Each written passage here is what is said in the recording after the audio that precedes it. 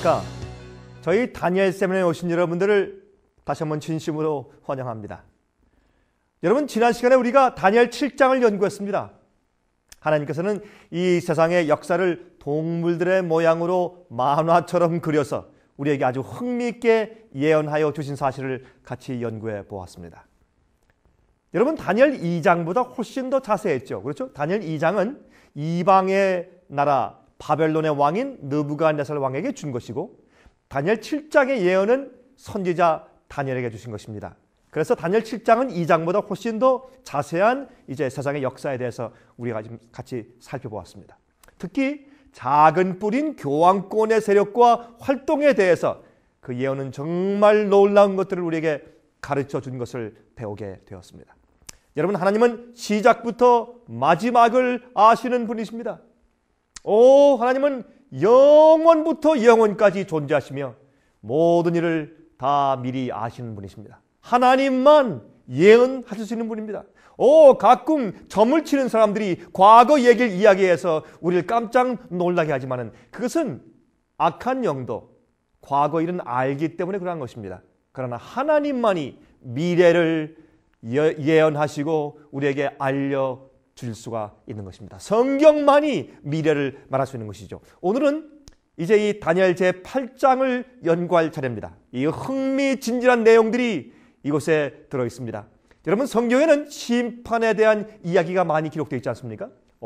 성경에는 구약도 그렇고 특별히 신약에서 이제 마지막 시대에 심판이 있을 것을 계속 말씀하고 있습니다. 그 심판은 하나님의 교회에서 먼저 시작할 것을 말하고 있습니다. 다시 말해서 빛을 먼저 받은 자에게 심판이 먼저 임한다는 뜻입니다. 여러분이시여, 예수께서 재림하시기 전에 미리 심판이 있을 것을 말씀하고 있습니다. 예수께서 오셔서 하시는 심판은 집행 심판이죠. 그 이전에 이제 심리하는, 조사하는 그런 심판이 미리 진행될 것을 성경은 계속 우리에게 말씀해 주고 있습니다. 이 다니엘 7장에서, 우리 지난 시간에 다니엘 7장에서 심판이 이루어지는 하늘에 하나님의 보좌 앞에 광경이 계시로 보여진 사실을 같이 공부해서 보았습니다.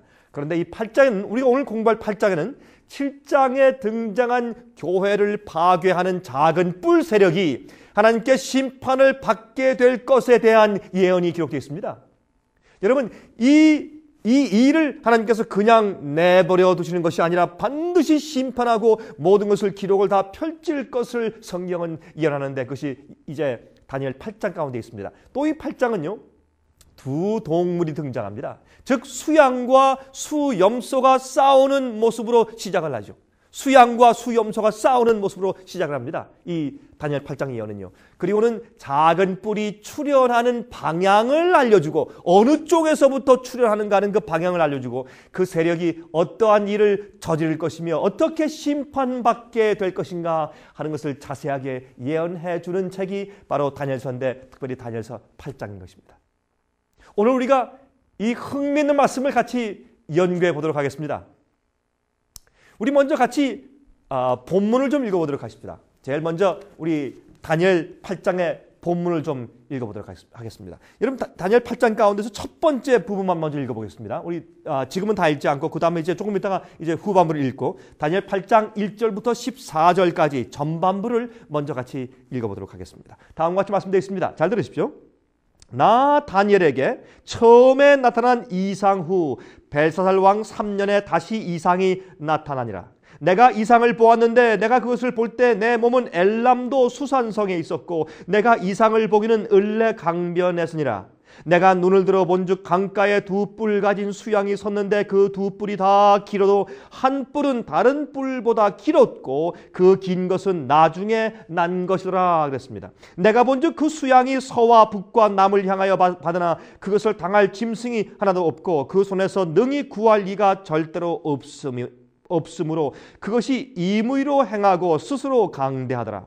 내가 생각할 때 한 수염소가 서편에서부터 온 지면에 두루다니되 땅에 닿지 아니하며 그 염소 두 눈 사이에는 현저한 뿔이 있더라. 그것이 두 뿔 가진 수양 곧 내가 본 바 강가에 섰던 양에게로 나아가되 분노한 힘으로 그것에게로 달려가더니 내가 본즉 그것이 수양에게로 가까이 나아가서는 더욱 성내어 그 수양을 땅에 엎드러뜨리고 짓밟았으나 능히 수양을 그 손에서 벗어나게 할 리가 없었더라. 수염소가 스스로 심히 강대하여 가더니 강성할 때 그 큰 뿔이 꺾이고 그 대신에 현저한 뿔 넷이 하늘 사방을 향하여 났더라. 그중 한 뿔에서 또 작은 뿔 하나가 나서 남편과 동편과 그 영화로운 땅을 향하여 심히 커지더니 그것이 하늘 군대에 미칠 만큼 커져서 그 군대와 별 중에 몇을 땅에 떨어뜨리고 그것을 짓밟고 또 스스로 높아져서 군대 주제를 대적하며 그에게 매일 드리는 제사를 제하여 버렸고 그의 성소를 헐었으며 범죄함을 인하여 백성과 매일 드리는 제사가 그것에게 붙임바 되었고 그것이 또 진리를 땅에 던지며 자의로 행하여 형통하였더라.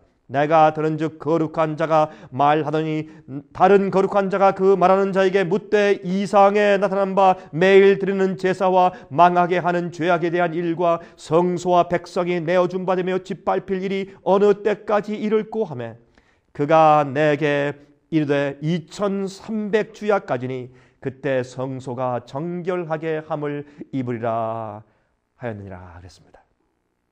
여러분 여기에 참 놀라운 예언이 있습니다. 정말 이 안에 있는 내용은 얼마나 흥미롭고 놀라운지 모르겠습니다.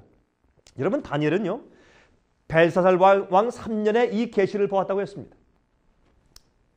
여러분 그 벨사살 왕은 바벨론 왕국이 멸망당할 때 있었던 마지막 왕이죠. 그렇죠? 느부갓네살 왕의 손자였습니다.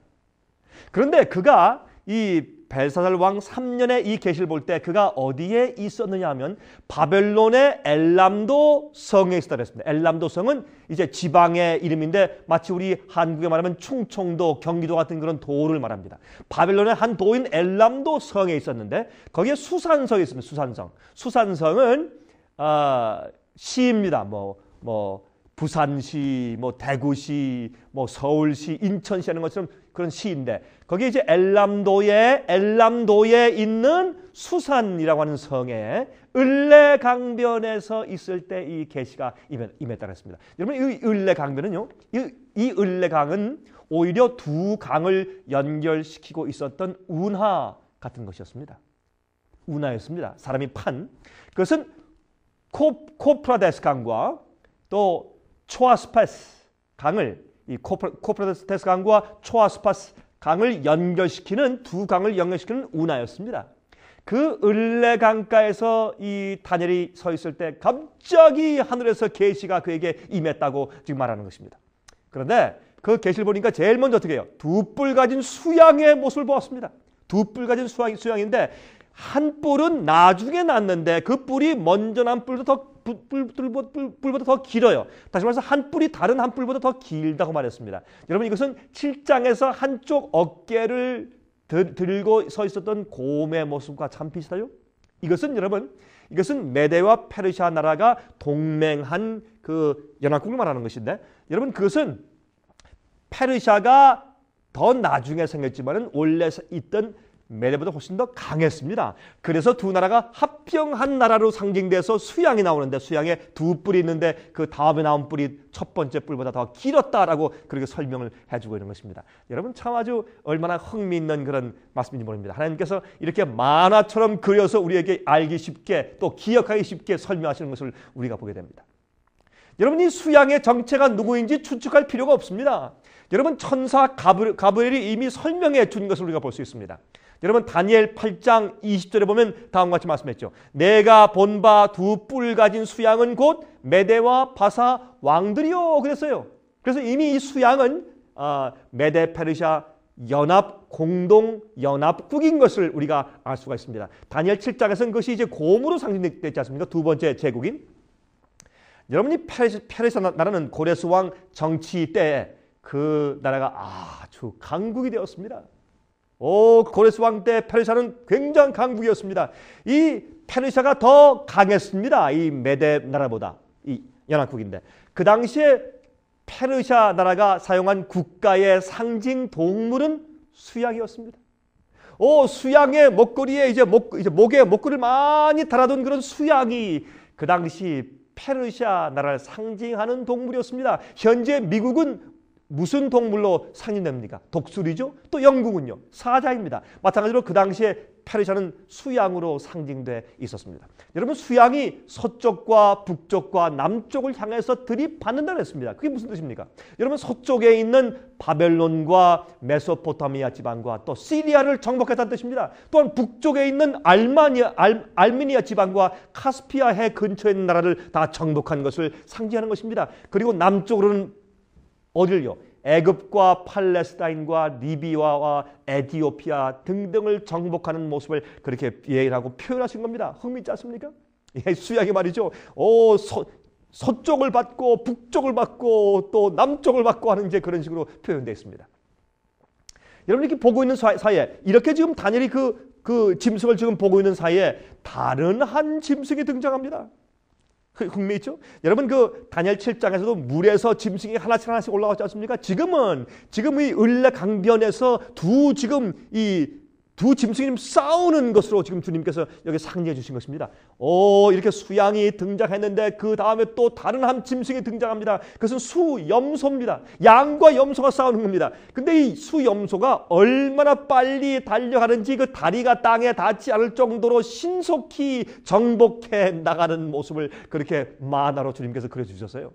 여러분, 7장에서는 그것이 표범으로 상징되어 있죠. 세 번째 나라의 표범으로 상징되어 있죠. 표범. 근데 이 수염소의 이 가운데 두 눈 사이에 가운데 말이죠. 이마에 현전한 큰 뿔이 나 있어요.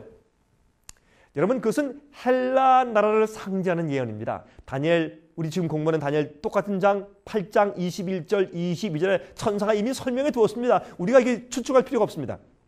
털이 많은 수염소는 곧 헬라 왕이요, 두 눈 사이에 있는 큰 뿔은 곧 그 첫째 왕이요. 여러분, 헬라의 첫째 왕이 누굽니까? 건국 왕이 누굽니까? 알렉산더 아닙니까? 곧 그 첫째 왕이요 그랬어요. 그 뿔은. 이 뿔이 꺾이고 그 대신에 몇 개가요? 네 뿔이 났은즉 그 나라 가운데서 네 나라가 일어나되 그 권세만 못하리라. 그 원래 알렉산더 왕이 죽은 다음에 네 나라로 갈라졌지만 갈라진 네 왕국이 원래 있던 나라만큼 그렇게 강하지 못했다라고 지금 예언하시는 것입니다. 여러분이시여, 이 수염소의 이마에 나 있던 현저하고 큰 뿔은 물론 초대 왕인 알렉산더 대왕을 상징합니다. 여러분, 헬라 나라의 상징은 수염소였습니다. 옛날에 정말 헬라 나라가 수염소로 상징되었습니다. 수양은 페르시아를 상징한 것처럼 실제로 역사에 있어서 수염소는 여러분 이 헬라를 상징했습니다. 원래 그 수양은 수양은 옛날에 원래 있었던 메데 페르시아 상징했죠. 특별히 페르시아. 그런데 수염소는 원래 역사에서 헬라를 상징하는 동물로 쓰여졌습니다. 참 흥미있지 않습니까? 하나님께서 그것을 이용해서 우리가 이해할 수 있도록 지금 그림을 그려주시는 것입니다. 여러분, 옛날에 헬라 수도 에데사를 수염소의 도시라고 불렀습니다.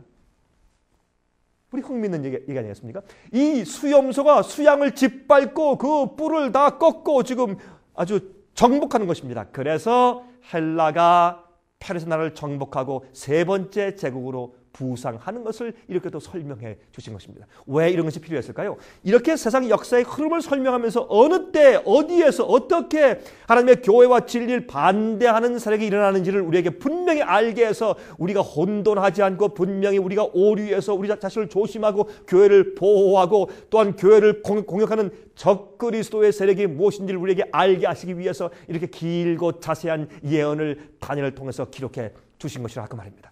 그러나 오늘날 기독교회가 이 예언을 잊어버리고 엉뚱한 길로 가고 있는 것을 우리가 종종 보게 된다 그 말입니다.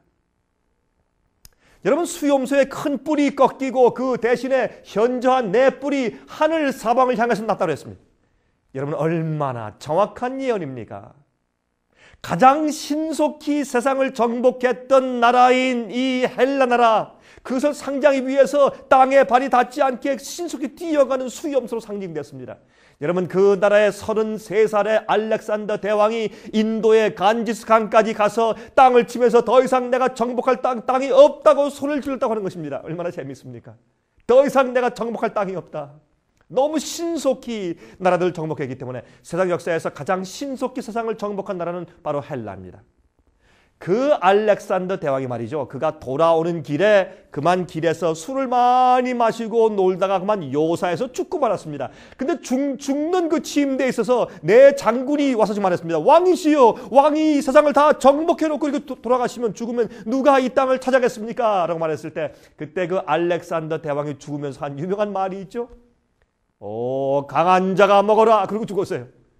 그래서 그 밑에 있던 내 장군이 서로 싸우면서 나중에 그 나라가 이 알렉산더 대왕이 정복한 이 헬라 나라가 정확하게 내 나라로 내 지역으로 갈라진 사실을 우리가 역사에서 정확하게 보는 것입니다. 얼마나 주의 말씀과 예언은 정확합니까?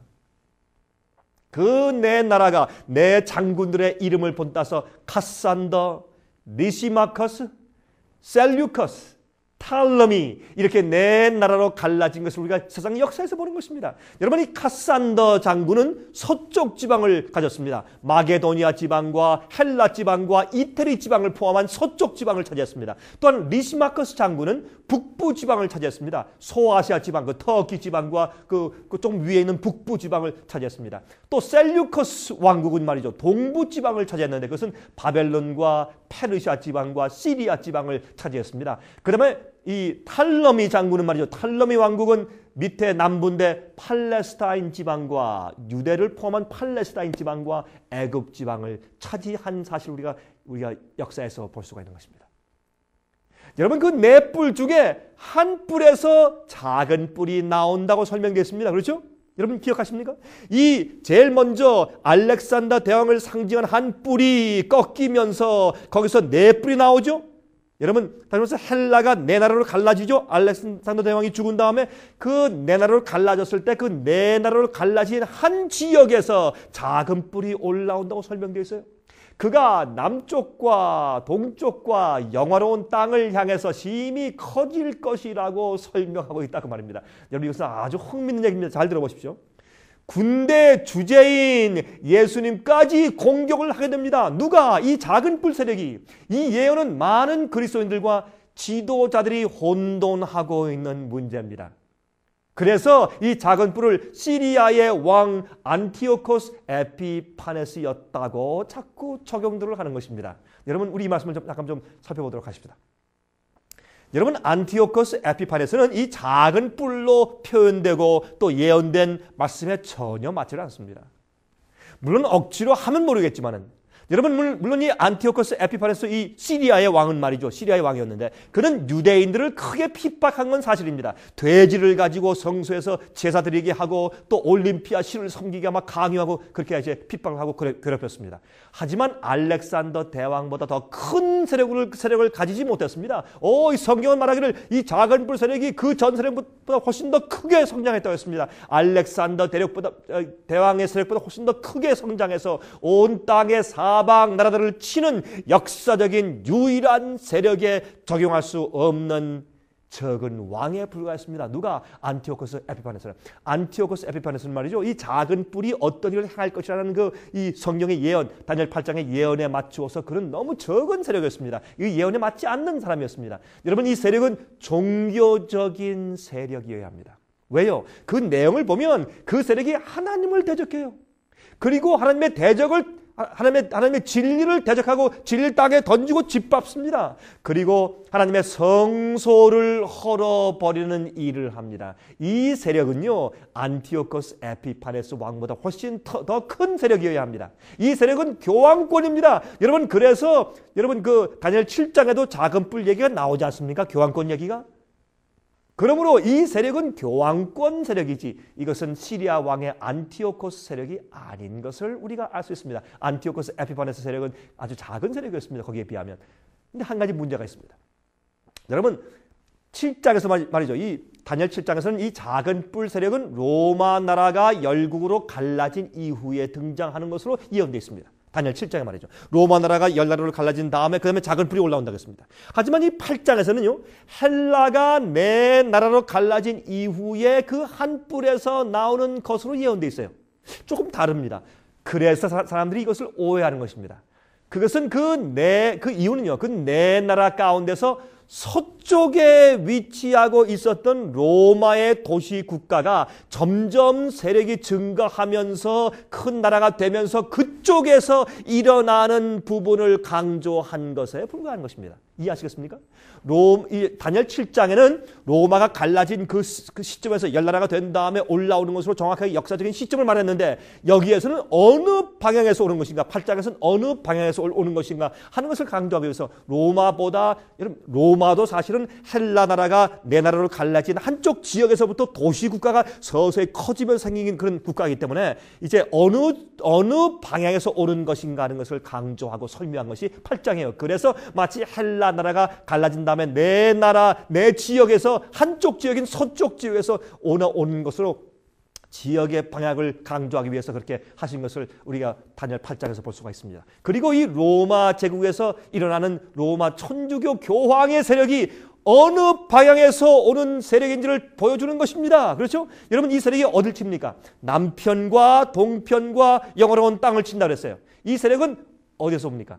서쪽에서 오는 세력이어야 합니다. 그렇죠? 그러니까 동쪽을 치죠. 그렇죠? 영화로운 땅은 팔레스타인 땅이죠. 거길 치죠. 또 남쪽을 치죠. 그러면 어디서 옵니까? 그 세력이 서쪽에서 와야 합니다. 그 갈라진 네 나라 가운데 서쪽에서 와야 그 방향이 맞지 않습니까? 그 세력이 바로 이태리 쪽에서, 로마 쪽에서 오는 것인 것을 분명히 설명해 주기 위해서 그렇게 주님께서 표현해 주신 것이라고 말이에요. 여러분, 이 작은 뿔의 세력이 무슨 일을 하고 있습니까? 지금 하늘 군대들을 핍박하죠. 여러분, 천사들을 핍박한단 말입니까? 여러분, 그보다는 이 땅에 있는 참된 하나님의 일꾼들을 핍박한다 그 말입니다. 주님의 종들을. 그게 주님의 군대 아닙니까? 이 땅에는 하나님의 군대 아니에요. 복음의 군대, 진리의 군대. 그런데 이 작은 뿔 세력이 스스로 권위를 주장한다고 했어요. 스스로. 여러분, 주님께서, 하나님께서 주신 권위가 아닌 스스로 가진 권위로 예수님까지 대적한다고 성경은 말하고 있는 것입니다. 이 예언이 얼마나 정확합니까? 이 세상 교회 안에 좌정한 지상의 하나님으로 군림하는 것입니다. 여러분, 그는 이 땅에서 스스로 자기에게 권세를 주어서 하나님으로, 지상의 하나님으로 군림합니다. 여러분이시여, 교황의 말은 교회에서 하나님의 음성처럼 듣지 않습니까? 교황의 시달하는 문서는 마치 성경의 권위를 가진 것처럼 받지 않습니까? 그것은 잘못된 것입니다. 그렇게 될 것이라고 성경은 예언했고, 그러한 사실이 이미 진행되는 것을 성경이 예언하고 있지 않습니까? 어떻게, 어디에서부터 와서 어느 방향에서 시작할 것을 성경이 지금 다니엘 8장에서 예언해주고 있다고 말합니다. 이 세력은 하나님의 계명을 바꾸고 죄를 용서하는 권세를 가지고 있다고 주장하는 적그리스도의 세력인 것입니다. 그래서 종교개혁자들은 이것을 로마 교황청에 정확하게 적용해서 계속해서 이야기하고 가르쳤습니다. 종교개혁자들이 죽은 다음에 후세들이 타협하기 시작했습니다. 그 놀라운 성의 예언을 잊어버렸습니다. 그러나 성경은 분명히 지금도 똑같은 말씀을 전하고 있습니다.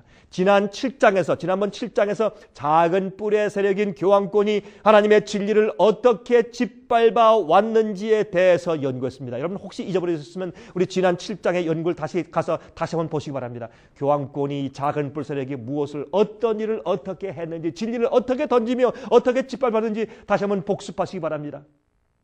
여러분들이시여, 우리 다니엘 8장 11절과 13절을 다시 읽어보십시다. 이렇게 말씀되어 있죠? 다니엘 8장 11절부터 13절까지.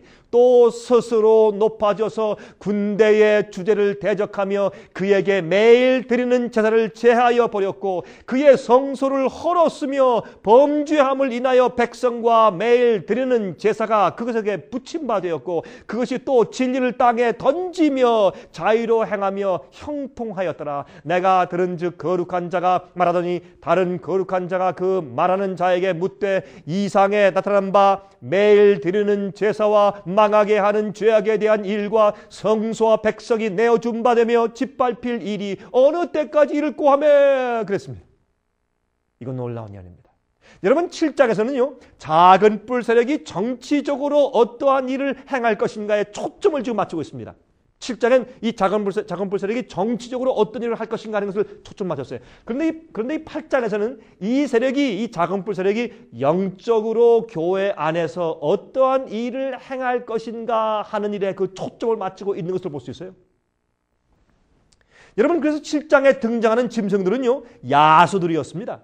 그렇죠? 사자, 곰, 표범, 또 이상한 무서운 용 같은 짐승, 야수들이었어요. 그런데 이 8장 예언에 등장하는 짐승들은 성소 제물로 사용하던 짐승들입니다. 염소와 양, 그렇죠? 성소 제물입니다. 그래서 이 하나님의 교회와 그 안에 진리와 연관된 사건들을 다루는 것이라는 표상으로 이렇게 이 수양과 그 수염소를 사용하신 것입니다. 여러분, 교회 안에서 일어나고 있는 역사들입니다. 교황권이 한 일을 말하는 것입니다. 하나님을 대적하는 일로 다음의 일들을 했다고 말하는 것입니다. 첫 번째, 진리를 땅에 어떻게 해요? 던져서 짓밟습니다. 영혼 불멸설을 들여오고, 영혼이 사람이 죽으면 그 영혼이 영원히 죽지 않고 존재한다. 하늘 가고 이미 천당 갔다. 이런 영혼 불멸설을 들여오고, 이건 이교의 가르침이지 성경 가르침이 아닙니다. 영혼이 타는 지옥설을 이교에서 들여왔습니다. 여러분, 영혼이 지글지글 타는 불, 영혼이 죽지 못하고 영혼이 지글지글 탄다. 이것은 이교의 가르침이고 이교 신의 그 심판이지 우리의 하나님의 심판 얘기가 아닙니다. 성경엔 그런 말씀이 없습니다. 그런 표현이 있지만 그건 잘못된 이해입니다. 한번 불이 내려와서 악인들 태워서 소멸해서 없앤다고 성경을 말하고 있는 것입니다. 영혼이 지글지글 태워서 죽지도 못하게 하고 영혼 동안 지글지글 타며 고통당하는 것을 보게 하는 하나님은 그런 분이 아니십니다. 여러분이시요.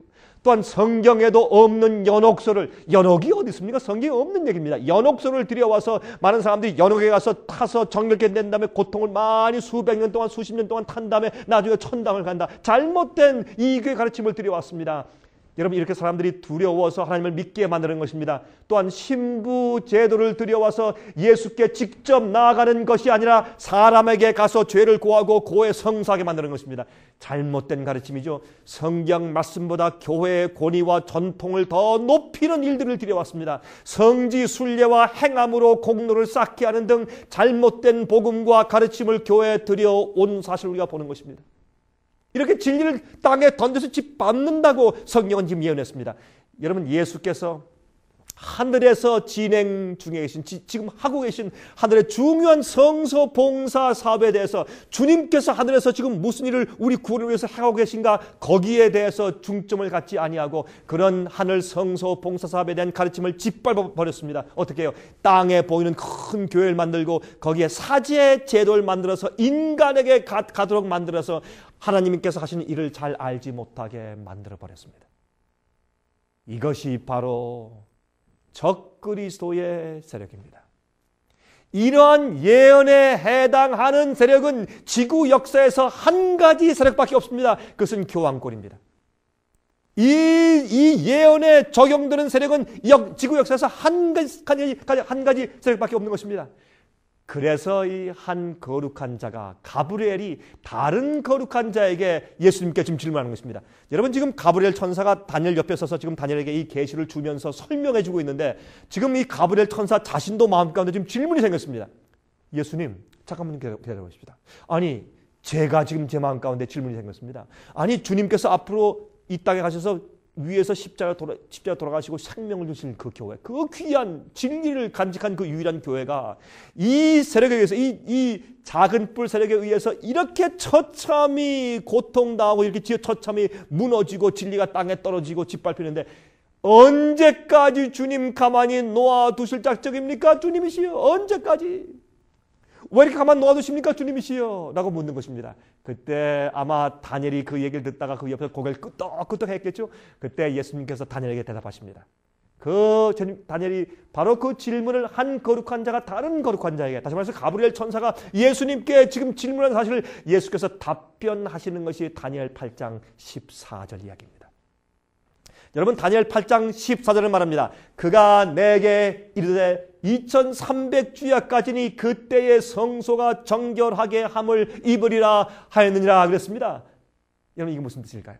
아주 중요한 얘기입니다. 틀림이 없습니다. 아주 중요한 얘기입니다. 성소가 정결케 될 것이라고요. 성소가 영어로 말하기를, 영어로 Revised Standard Version에 이렇게 적혔습니다. And he said to him, for 2300 evenings and mornings, then the sanctuary shall be restored to its rightful state. 그랬습니다. 그게 무슨 말입니까? 원래 있던 원래 상태로 성소가 회복될 것이다. 언제? 2300주야가 지나면 그런 말입니다. 성소 정결은요, 옛날 지상 성소 시대에 매년 말에 있었던 대속죄일의 정결 사업을 의미하는 말입니다. 대속죄일의 정결 사업을 말하는 것이 성소 정결이에요. 그날은요, 최종 심판의 날이었습니다. 특히 작은 뿌리 교회와 하나님의 백성들에게 한 일에 대해서 하나님께서 심판하실 것이라고 말했습니다. 다시 말해서 이 작은 뿌리, 이 자행하는 일들 가만 놔둬라. 걱정하지 말아라. 다 목적이 있고 뜻이 있고 시기가 있다. 내가 이제 다 펴서 앞으로 심판할 것이다. 언제? 2300주야가 지나면, 그런 뜻입니다. 성소가 정결케 될 것이다. 성소 안에 있는 모든 기록책을 내가 다 살피고 심판하고 깨끗이 다 도말할 것이다. 그런 뜻입니다.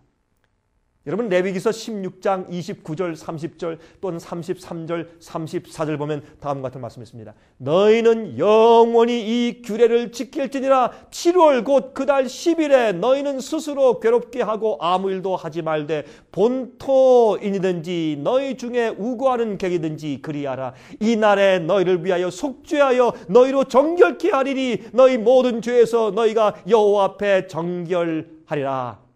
또 지성소를 위하여 속죄하며 회막과 달을 위하여 속죄하고 또 제사장들과 백성의 회중을 위하여 속죄할지니 이는 너희의 영원히 지킬 규례라. 이스라엘 자손의 모든 죄를 위하여 1년 1차 속죄할 것이니라. 아론이 여호와께서 모세에게 명하신 대로 행하니라 그랬습니다. 여러분, 이게 무슨 뜻입니까? 잘 들으십시오. 이스라엘 백성들이 1년 내내 회개해 왔습니다. 다시 말해서 1년 내내 범죄했을 때 양이나 염소를 가지고 이 성소에 들어와서 이제 죽이고 피를 가지고 성소에 들어가서 뿌렸습니다. 그렇죠? 그 피 속엔 그들이 고백한 죄가 포함되어 있다고 상징적으로 예표된 것이 아닙니까? 그래서 그 죄인들이 고백한 죄가 성소에 옮겨졌습니다. 우리가 죄를 고백하면 우리 죄가 하늘 성소에 옮겨져서 예수님께서 우리 죄를 가지고 하늘 성소에서 죄책에 기록된 그 죄를 아버지께 기도해서 당신의 피를 적용시켜서 용서하시는 중보 일을 하고 있는 것을 상징하지 않습니까? 그러나 연말 대속죄일 날에 그들이 1년 내내 회개한 그 죄들을 살피면서 정말 회개한 자들이 정말 그들이 진심으로 회개했는지 살펴보고 조사하는 심판이 이루어진다 그 말입니다. 그날 성소가 다 정결케 되는 것입니다. 그들이 지금 피를 가지고 성소에 들어가서 뿌려서 성소가 더럽혀졌습니다. 그것은 뭘 상징합니까? 우리의 죄를 진 죄의 기록이 하늘 성소에 올라가서 하늘에 죄 없는 곳에 하늘이 더럽혀졌습니다. 우리 죄의 기록 때문에 그것을 정결케 하는 것은 죄를 살펴본 다음에 그 죄인들의 죄를 영원히 다 지워버림으로 죄를 정결케 하는 사업이 있어야 할 것입니다. 그것을 성소 정결이라고 표현했는데 그것이 바로 유대인들이 이해한 대속죄일의 성소 정결이었습니다. 그들이 아직도 버리지 않았거나 회개하지 않은 죄가 마지막 그 연말 마지막에 아직 그들이 회개하지 않고 버리지 않은 죄들이 있는지 살펴보고 그들 마음을 살피면서 마지막으로 회개하는 시간을 준 것이 대속죄일이었습니다.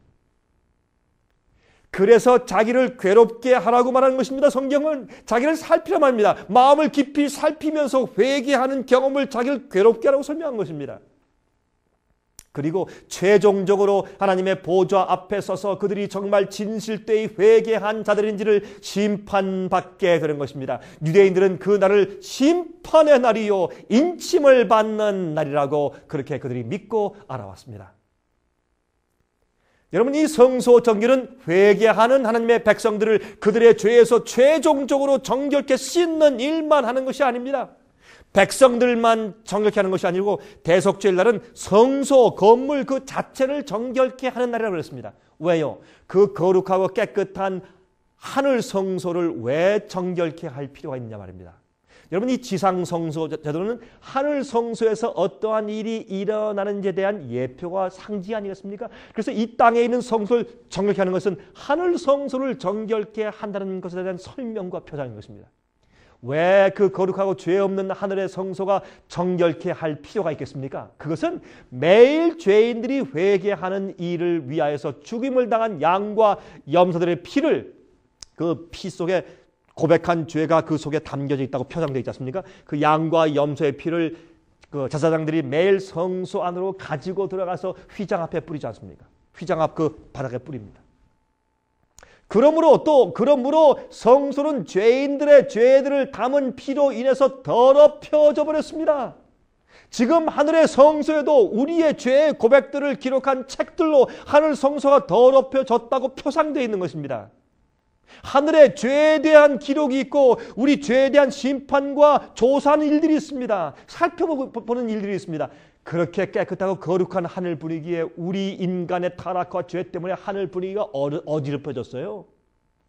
우리들의 죄들이 하늘 성소에서 심판 중에 있습니다. 심판이 없이는 아무도 구원에 들어갈 수가 없습니다. 성경은 말하고 있습니다. 하나님께서는 우리를 구원하시기 전에 온 우주 앞에 우리가 구원 얻기에 합당하다는 사실을 증명하여 보여주셔야 합니다. 그게 합당하지 않습니까? 죄의 반역은요, 마귀의 고소가 잘못되었다는 사실이 증명된 후에야 끝날 것입니다. 적당히 구원하시지 않습니다. 여러분, 그건 잘못 생각하는 것입니다. 고소하는 마귀의 눈이 있습니다. 적당히 구원하시지 않습니다. 하나님은 합리적인 분이십니다. 공의로우신 분이십니다. 하나님의 심판은 언제나 공평하고 공개적입니다. 몰래 비밀리 안 하세요. 무조건 쓱싹하지 않으세요. 그러므로 주님께서 여러분과 저를, 우리를 회개시키시고 또한 우리들을 위하여 중보하시고 또한 호소하시고 성령을 주시고 또한 하늘에서 좀 참아주자고 호소하신 다음에 우리가 회개하여 정말 정결케 될 때까지 시간을 연장해 주시고 있지 않습니까? 얼마나 주님의 은혜 감사합니까? 또한 우리에게 빛을 주시고 성령으로 감동케 하여서 회개케 하시려고 애쓰시면서 지금 역사하시는 것입니다. 하늘 성소에서. 그 후에 우리가 변화되었기 때문에 영원히 살 자격이 있다는 사실을 우주 앞에 공개하시는 것입니다. 여러분 제 말을 이해하십니까? 우리가 이제 영원히 살 자격이 있다고 우리 책을 펴서 자 봐라, 이 사람들이 진심으로 회개했고 죄를 버리지 않았느냐, 자 이제 날 순종한 사람으로 변화되었다, 자 이 사람들은 영원히 살 자격이 있어 라고 마귀와 우주 앞에 다 공개하신 다음에 주님께서 고난을 가지시고 인간을 구원하시는 것입니다. 그저 슬쩍 구원하실 수가 없습니다. 여러분, 하나님의 법을 어긴 인류를 하늘에서 내어 쫓으실 때는 언제이고, 아니 언제는 그럼 변화되지 않고 순종하지 않는 자를 그냥 슬쩍 구원해 가신다면 이치에 맞지 않는 얘기입니다. 여러분, 주님의 명령에 불순종한 자들은 죽을 수밖에 없게 된 것처럼 주의 말씀에 순종한 품성을 가진 자, 죄의 정결을 받은 자들만이 영원히 구원받아 살 수가 있는 것이 합당한 구원에 대한 얘기가 아니겠습니까, 여러분? 이러한 성소를 정결케 하시는 사업, 즉 심판하시는 사업을 하실 테니까 절대 염려하지 말아라. 모든 것을 만천하에 드러낼 때가 이제 곧 온다라고 말씀하시는 것이 다니엘 8장 14절에 2300주야까지니 그때 내가 성소를 정결케 한다라고 말씀하시는 것입니다. 그때 심판이 시작된다라고 하는 것입니다. 이 세상 모든 역사의 일들이 드러나는 것입니다. 특별히 작은 뿔의 세력이 하늘 성소와 교회와 진리를 더럽힌 일들을 다 드러내어서 심판하실 것이라고 말하는 것입니다. 2300주야까지니 그때 후에 그때의 성소가 정결케 될 것이라고 말했습니다. 혹 심판 사업이 시작될 것이라고 말합니다. 모든 기록을 전부 살피시고 기록을 도말하시고 지우시고 끝내신단 말입니다. 그러면 그것이 언제부터 시작될 것인가? 2300주야가 지난 다음에 언제부터 그러면 모든 인류들을 죽은 자들에게서부터 산자에 이르기까지 그 책들을 펴시며 심판하실까요? 2300주야 지난 다음부터 언제부터 그것을 계산해야 합니까? 이 흥미있는 예언이요. 이 흥미있는 시간에 대한 예언은 성경에는 가장 긴 기간의 예언인데 이 예언은 다음 시간 9장을 연구할 때 같이 공부해 보도록 하겠습니다.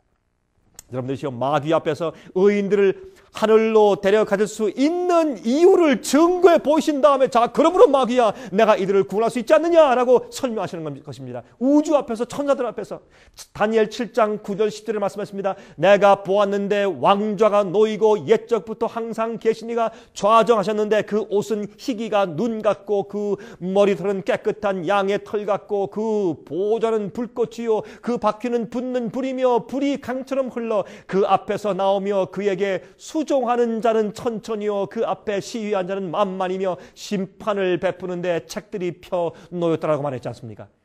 여러분 책들이 펴놓여 있습니다. 무엇입니까? 생명책과 죄의 책이 펴놓여 있습니다. 여러분 7장에서 심판의 장면에서 책들이 펴놓여 있고 기록을 살피는 것이 심판인 것을 이미 설명해 두었지 않습니까? 다니엘 8장에서 그것이 언제 시작될 것을 말씀하고 있는 것입니다. 지금 다니엘 8장 15절부터 27절 읽겠습니다. 자, 후반부입니다. 다니엘 8장 15절부터 27절까지 제가 읽겠습니다. 우리 한번 보십시다. 참 흥미있습니다. 나 다니엘이 이 이상을 보고 그 뜻을 알고자 할 때 사람 모양 같은 것이 내 앞에 섰고 내가 들은즉 을레강 두 언덕 사이에서 사람의 목소리가 있어 외쳐 가로되 가브리엘아 이 이상을 이 사람에게 깨닫게 하라 하더니 그가 나의 선 곳으로 나왔는데 그 나올 때 내가 두려워서 얼굴을 땅에 대고 엎드림에 그가 내게 이르되 인자야 깨달아 알라 이 이상은 정한 때 끝에 관한 것이니라. 그가 내게 말할 때 내가 얼굴을 땅에 대고 엎드리어 깊이 잠들매 그가 나를 어루만져서 일으켜 세우며 가로되 진노하시는 때가 마친 후에 될 일을 내가 내게 알게 하리니 이 이상은 정한 때 끝에 관한 이름이니라. 내가 본 바 두 뿔 가진 수양은 곧 메대와 바사 왕들이요 털이 많은 수염소는 곧 헬라 왕이요 두 눈 사이에 있는 큰 뿔은 곧 첫째 왕이요 이 뿔이 꺾이고 그 대신에 네 뿔이 났은즉 그 나라 가운데서 네 나라가 일어나되 그 권세만 못하리라. 이 네 나라 마지막 때 패역자들이 가득할 즈음에 한 왕이 일어나리니 그 얼굴은 장엄하며 괴휼에 능하며 그 권세가 강할 것이나 자기의 힘으로 말미암은 것이 아니며 그가 장차 비상하게 파괴를 행하고 자의로 행하여 형통하며 강한 자들과 거룩한 백성을 멸하리라. 그가 꾀를 베풀어 제 손으로 괴를 이루고 마음에 스스로 큰 채하며 또 평화한 때에 많은 무리를 멸하며 또 스스로 서서 만왕의 왕을 대적할 것이나 그가 사람의 손을 말미암지 않고 깨어지리라. 여러분이시여 이 교황권에 대한 이야기를 참 자세하게 예언하셨죠. 이미 말한 바 주야에 대한 이상이 무슨 주야요? 2300주야에 대한 이상이 확실하니 너는 그 이상을 간수하라. 이는 여러 날 후의 일임이니라. 마지막 시대에 있을 사건이라고 말입니다. 다니엘 땐 잘 몰라요. 이에 나 다니엘이 혼전하여 기절했단 말입니다. 수일을 앓다가 일어나서 왕의 일을 보았느니라. 내가 그 이상을 인하여 놀랐고 그 뜻을 깨닫는 사람도 없었느니라 그랬습니다. 이 예언은 다니엘 8장 예언은 다니엘 시대에 이해할 수가 없었습니다. 그는 이 계시를 받고 너무 중요한 것을 이해했지만 그가 이해하지 못했을 때 그만 까무라쳐서 기절해버렸습니다. 하나님께서 가브리엘 천사에게 다시 말해서 사탄 루스벨이 타락한 이후에 천사장이 된 가브리엘 천사에게 다니엘에게 이 계시를 깨달아 알도록 도와주라고 지시했습니다. 가브리엘 천사를 보고 죽은 듯이 되어버렸습니다. 다니엘 천사가 그 영광을 보고. 여러분 예수께서 오실 때 천천만만의 천사들의 영광을 가지고 오신다고 했습니다. 그때 여러분 어떻게 그 영광 앞에 우리가 서겠습니까?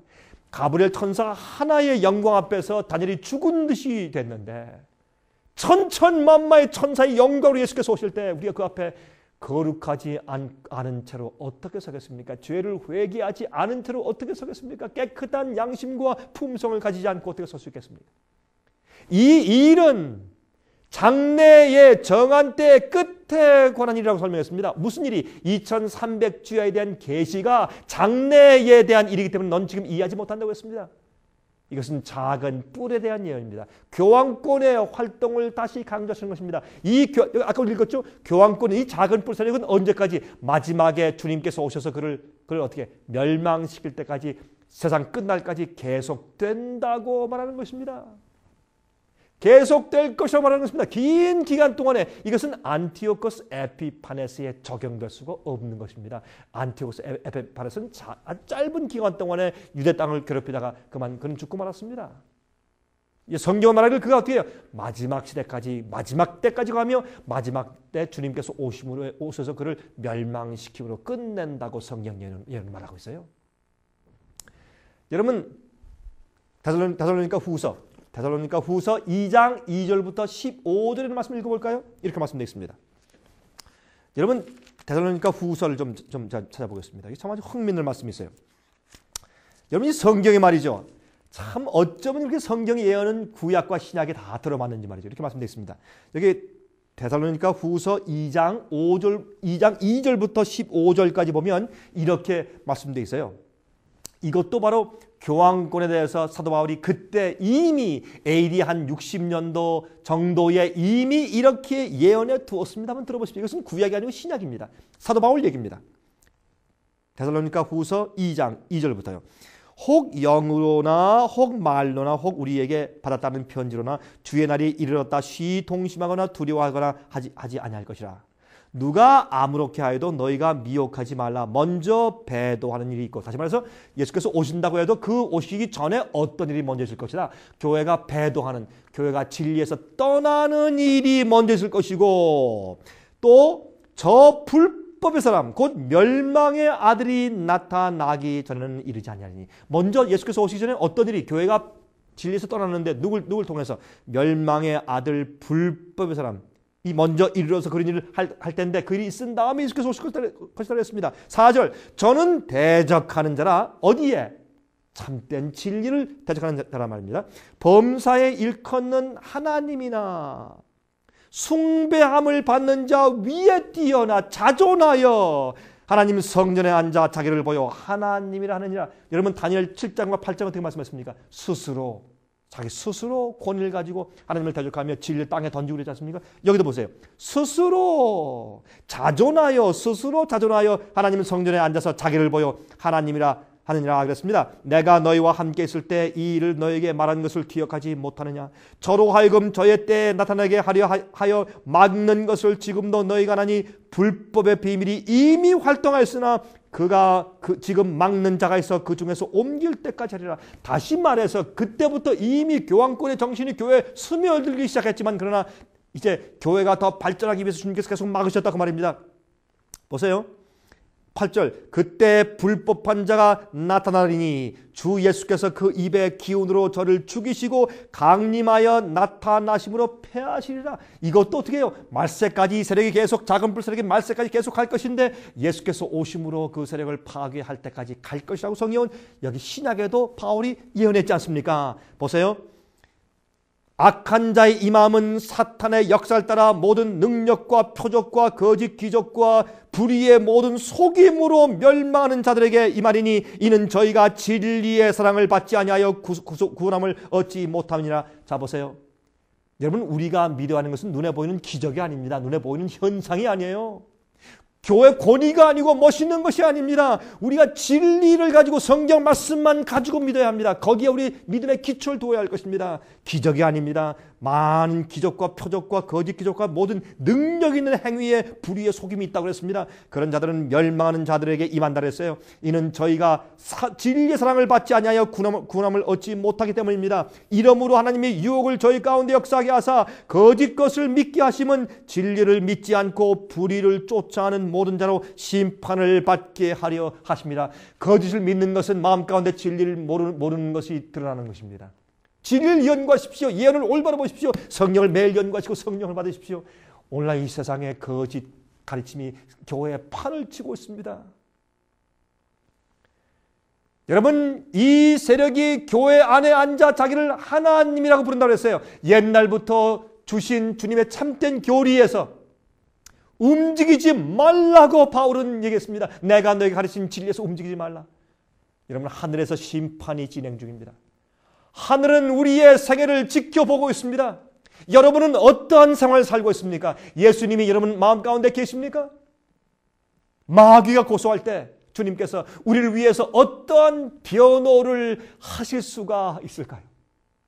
이 세상에 잘못된 가르침이 많이 있습니다. 그래서 구원에 대한 이해가 잘못되어서 사람들이 엉터리로 믿는 사람들이 많고 엉터리 복음이 많이 있어요.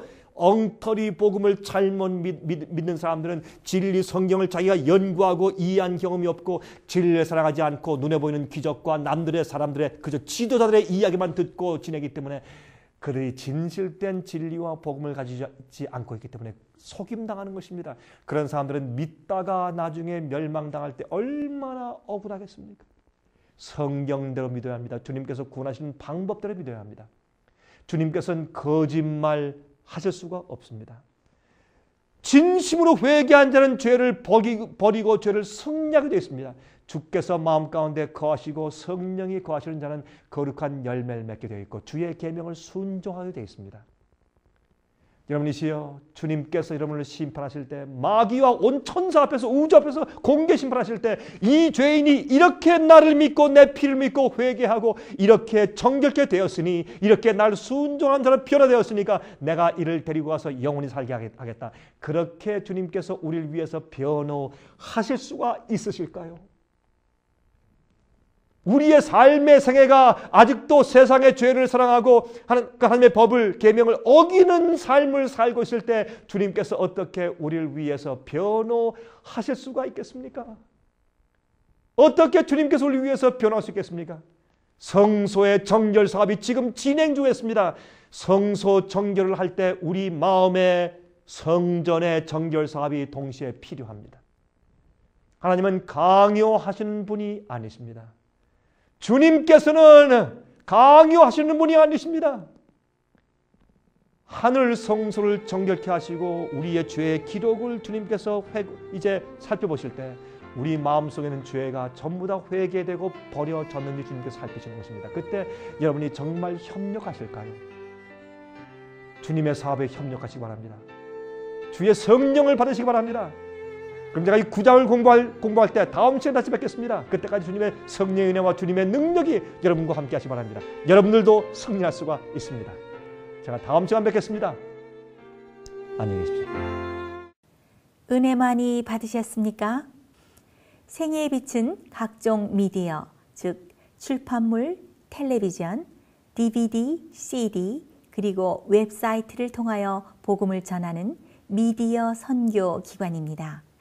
생애의 빛 선교 사업에 대해서 좀 더 자세하게 알기 원하시는 분들은 웹사이트 www.sostv.net를 방문하시기 바랍니다. 생애의 빛 웹사이트에는 지금까지 나온 모든 월간지와 DVD, 텔레비전 방송물들을 누구나 무료로 보실 수 있도록 준비되어 있습니다. 지금까지 소개해드린 생애의 빛 선교 교재 중에서 원하시는 책자나 DVD가 있으시면 무료 전화 1-877-704-1004번 1-877-704-1004번으로 신청하여 주시기 바랍니다. 미국 동부 시간으로 월요일부터 금요일까지 9시에서 5시 사이에 전화해 주시면 감사하겠습니다. 그럼 다음 시간까지 안녕히 계십시오.